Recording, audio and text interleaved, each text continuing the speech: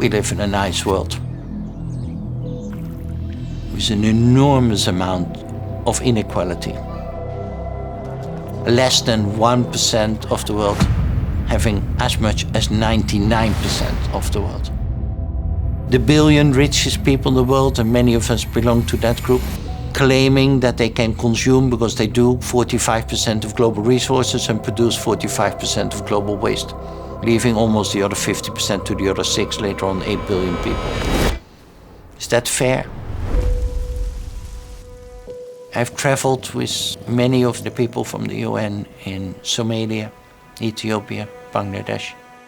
At a certain moment in a village where people are dying of the shortage of food, a mother handed over her youngest child to me, and before you knew, I was standing there with the child in my arms. The 2 words that the lady spoke are 2 words which are with me for the rest of my life. She said, "You know." And I was standing there and said, "I don't know anything. I mean, what do I know? You know. When you come back, in 2 years from now, I don't have 6 children anymore. You've been here in this village. You know. I know. Even stronger, the world knows."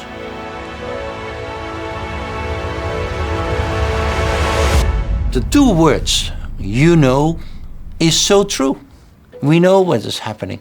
And if you then, as a company, have the abilities, if you have that, then you must use it.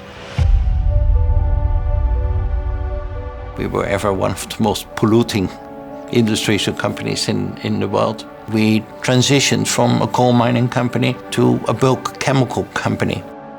Later on, the late 90s, there was a debate in DSM whether a new transition was needed to a more greener form of chemistry.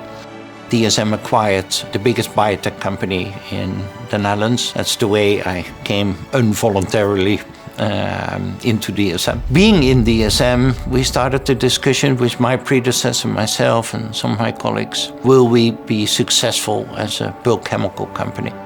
And my belief, maybe I was not totally objective being a biologist, my belief and my colleagues was, we will not be successful on the long run as a chemical company, a bulk chemical company. 2008, I was just CEO, and some people, especially the financial world, asked, "What are you going to do?"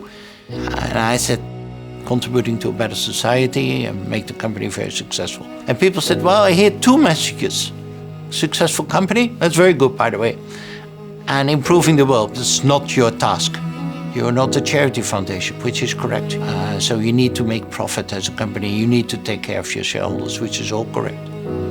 They are wrong, in my opinion, to say that it is not our responsibility to leave a better world behind. So we entered into a new transformation, but it wasn't easy. 2008, the world went into a crisis. Share prices down, profit down. Our share price dropped tremendously. We had also one time a shareholders meeting where some shareholders stood up and said, "Should we continue with all that stuff?"